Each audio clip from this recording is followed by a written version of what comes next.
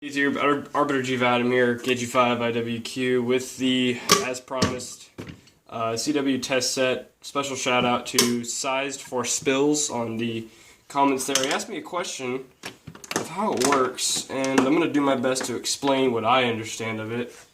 So basically this is a cable testing unit that they used back in World War II. Signal Corps, which is Army.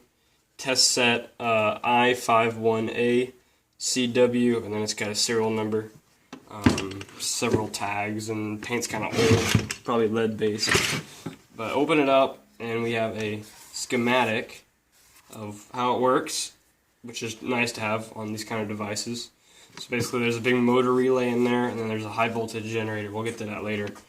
But originally, this is designed to run off of batteries. So in here is where all the battery would go. You see there's 4 big cylinder markings at the bottom. For each battery was a 1.5 volt giant battery. That's how tall they were.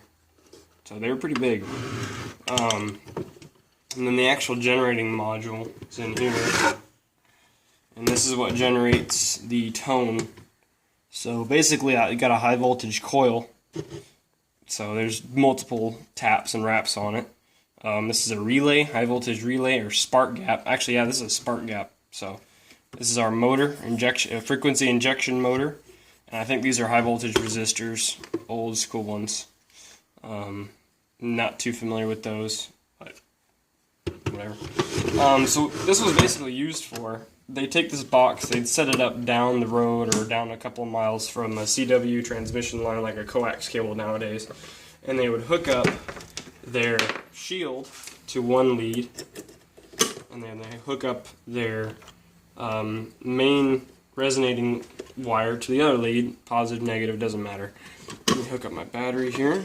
I got it on the voltage meter right now. We're going to go on DC 600 volts. See if I can get this pried open. Okay.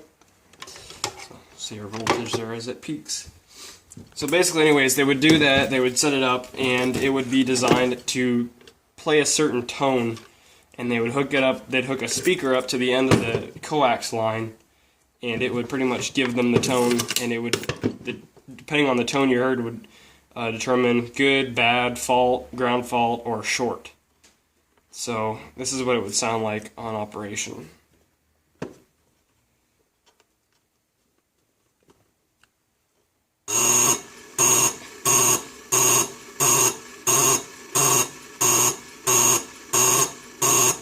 You can hear the motor spinning up inside, and then that's the relay and spark gap injecting the actual noise. But pulse is about 300 to 1,000 volts.